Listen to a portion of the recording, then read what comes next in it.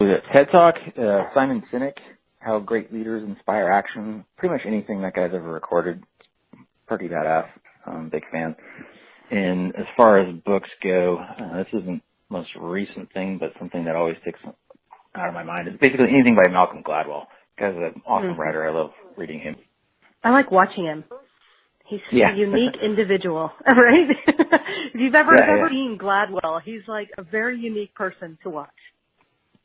He's a strange bird, and yes, it's funny. I connect more to him, which is funny.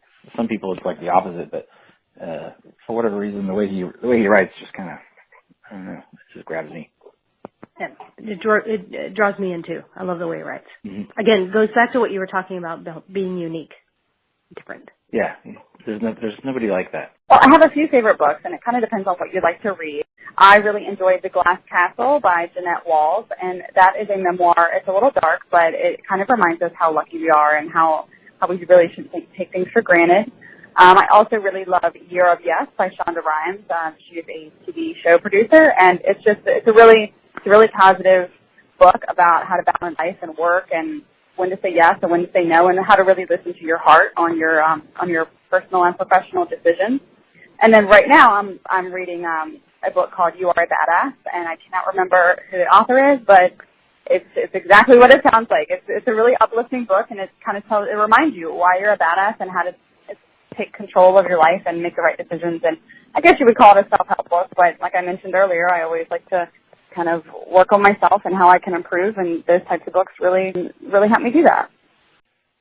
I read a lot of books. I found this to be probably the toughest question, and if you forgive me, I'm going to give you a recommendation that's not really a book or a TED Talk, and it's to go to YouTube and search for something called The Pale Blue Dot.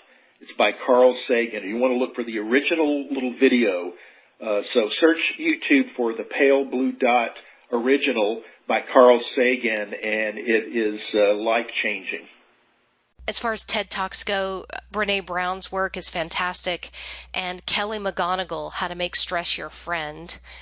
Best books, I have many in the work that I do, especially Rework by 37 Signals, Leadership and Self-Deception and the Anatomy of Peace by Arbinger, and I like the DVD for The Secret. Didn't like the book very much, but I like the DVD.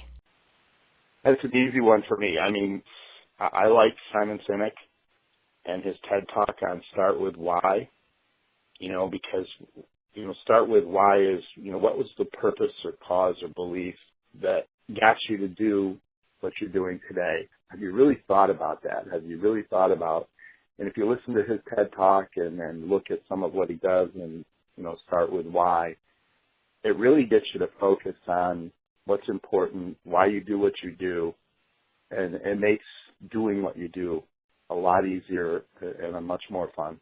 I used to read love novels. Like, my favorite author was Danielle Steele. In fact, my daughter is named after her. She was my favorite author since I'm 12 years old, and my first book was The Promise, written by her. Over the years, life and kids kind of got in the way, so I don't read as much as I used to, but she was my all-time favorite for many, many years.